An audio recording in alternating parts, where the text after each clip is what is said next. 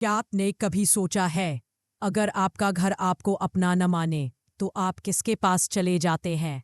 आज मैं आपको ऐसी ही एक औरत की कहानी सुनाऊंगी, अहाना की। वह वही अहाना है जिसने बड़े घर की छोटी बहू बनकर जीना सीखा, पर जिसने मिट्टी से उठकर अपनी तकदीर खुद लिखने का निर्णय लिया।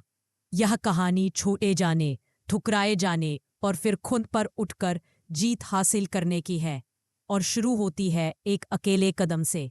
अहाना का मायके छोड़कर निकलना और छोटू मामा के घर पर रात गुजारना। ठाकुर हवेली में सब कुछ उसी रात बदला जब अर्जुन ने कह दिया, मैं अब तुम्हारे साथ नहीं रहना चाहता। ये शब्द किसी तलवार से कम नहीं थे। उस एक वाक्य ने अहाना की दुनिया हिला दी।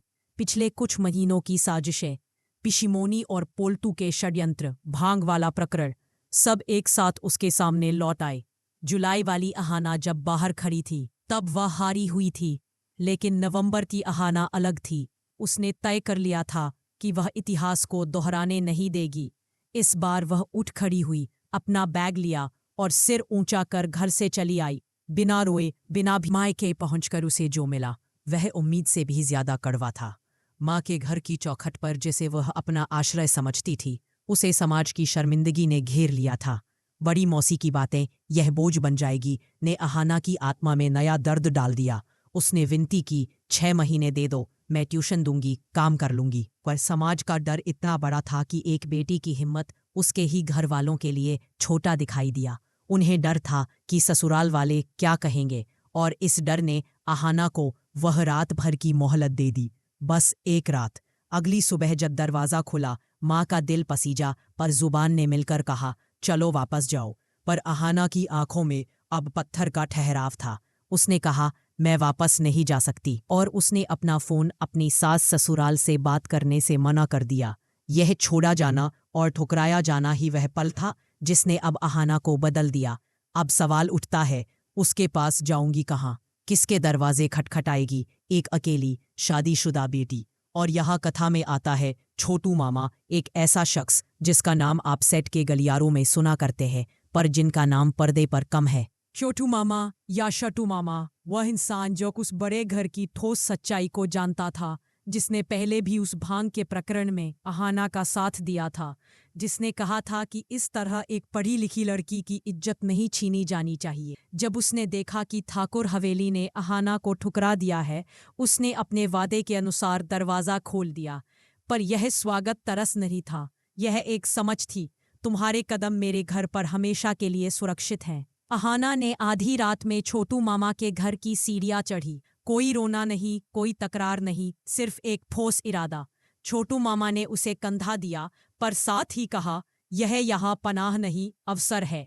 पढ़ो, पढ़ाओ, काम करो, किसी पर निर्भर मत रहो। और वही हुआ। छोटे से कमरे में छोटे छोटे ट्यूशन क्लास और पढ़ाई की छतरी के नीचे अहाना ने खुद को फिर से तराशा। छोटू मामा ने केवल आश्रय नहीं दिया, उन्होंने उसे उसकी पहली नौकरी दिलवाई। उन्होंने उसका हुनर पहचाना और उसे खुद के पैरों पर खड़ा करने का मौका दिया। धीरे धीरे अहाना ने छोटू मामा के घर से बाहर कदम रखा। ट्यूशन से लेकर स्थानीय कला मेला तक उसने देखा कि उसकी मिट्टी की बनी गुड़ियाँ, उसके नृत्य और शिल्प में क्या ताकत। और ये ताकत सिर्फ खुद के लिए नहीं थी, वह इन ताकतों के सहारे उन औरतों को भी उठाना चाहती थी जिनकी आवाज़ सालों से दबती आई थी। चारुलता, परोमिता, नीता और मिली, उन सबके बीच एक नई टीम बननी शुरू हुई। पढ़ी लिखी बहुएं जो अब अपना व्यापार शुरू करने को तैयार थी। अहाना ने कहा, मैं नौकरी नहीं, एक ऐसी राह चाहती हूँ जो हम सबको आज़ाद करे। और जैसे तैसे एक छोटा ऑर्डर आया, पहला आदेश, पहली कमाई। ये छोटा सा कदम बाद में बड़ी लहर बन गया। जब ये खबर हवेली तक पहुंची कि अहाना अकेले खड़ी नहीं है, कि वह काम कर रही है और उसकी गुड़िया बिक रही है, तो हवेली के भीतर हलचल मची। पिशिमोनी और पोल्टू पहले तो घबराए, फिर चालें चलने लगे। पाल बाबू जैसे लोग अहाना के डिज़ाइन चुराकर उसे कुचलने की कोशिश करेंगे, सोशल अफवाहें फैलाकर उसके चरित्र पर वार करेंगे। पर अब वह वही अहाना नहीं थी जिसे कुछ दिनों पहले बाहर से ठुकराया गया था। छोटू मामा ने उसे सिखाया था सच का सामना धैर्य और योजना से करना। उसने सबूत जुटाए, अपना काम पक्का किया और हवेली में सिर उठाकर लौटने की ठानी।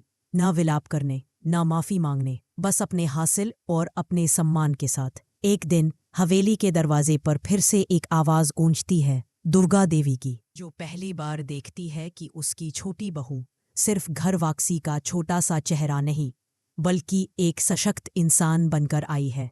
चारुलता, परोमिता, नीता और मिली, जिनको अहाना ने प्रेरित किया था, दुर्गा देवी के सामने खड़ी होती है। और वह पल आता है जब पूरा घर पिशिमोनी की साजिशों के बावजूद अहाना की सच्चाई से रूबरू होता है। दुर्गा देवी का रुख नरम पड़ता है, पर अहाना का इरादा साफ है। वह लौटकर रानी नहीं बनेगी, वह लौटकर एक नई किस्म की औरत बनकर आएगी, स्वाभिमानी, आत्मनिर्भर और फैसले खुद लेने वाली। कहानी का असली पुल तब आता है जब अर्जुन को अपनी गलती का एहसास होता है। एक हादसे के बाद वह टूट फूट कर समझता है कि उसने क्या खोया है, पर अहाना अब अपनी जीत का आंचल थामे हुई है। वह माफ तो कर सकती है बातों में, पर वह उसी घर में छोटे छोटे कण के रूप में लौटने पर राजी नहीं होगी जहां उसे बार बार परखा गया। वह कहेगी, मैं तब लौटूंगी जब मैं हाना बनकर आऊंगी, जब मैंने खुद को पूरा कर लिया होगा। और ये पूरा होने की राह सिर्फ उसकी नहीं रहेगी, वह उन सभी औरतों की मिसाल बनेगी जो अपना काम, अपनी कारीगरी और अपना धैर्य दिखाकर दुनिया बदलना चाहती है। ये छोटी सी शुरुआत है, मायके से ठुकराए जाने से लेकर छोटू मामा के घर तक, वहां से निकलकर बच्चों को पढ़ाने, गुड़ियों का व्यवसाय शुरू करने और फिर हवेली में अपने सम्मान के साथ वापसी करने की। ये कहानी जीत की, रिबेलियन की और साइलेंट रेजिस्टेंस की है, जो दिखाती है कि जब समाज ने ठुकराया तो इंसान ने कैसे अपनी काबिलियत से जवाब दिया। अगर आप सोचते हैं कि यह बस एक सीन है तो गलत है। ये एक यात्रा है जो आगे और मोड़ लाएगी। अफवाहें, साजिशें और फिर आखिरकार अहाना की वह बड़ी वापसी जो सबको चौंका देगी। मैं कुसुम नहीं बोलूंगी, बस कहूंगी कि यह कहानी अभी शुरू ही हुई है। आपकी राय क्या है? क्या अहाना का छोटू मामा के पास जाना सही था? क्या आप चाहते हैं कि वह हवेली में लौटे या अपनी राह पर आगे बढ़े? कमेंट में बताइए। और अगर आपको यह कहानी पसंद आई हो तो चैनल को सब्सक्राइब कर दें ताकि अगली कड़ी छूट ना जाए।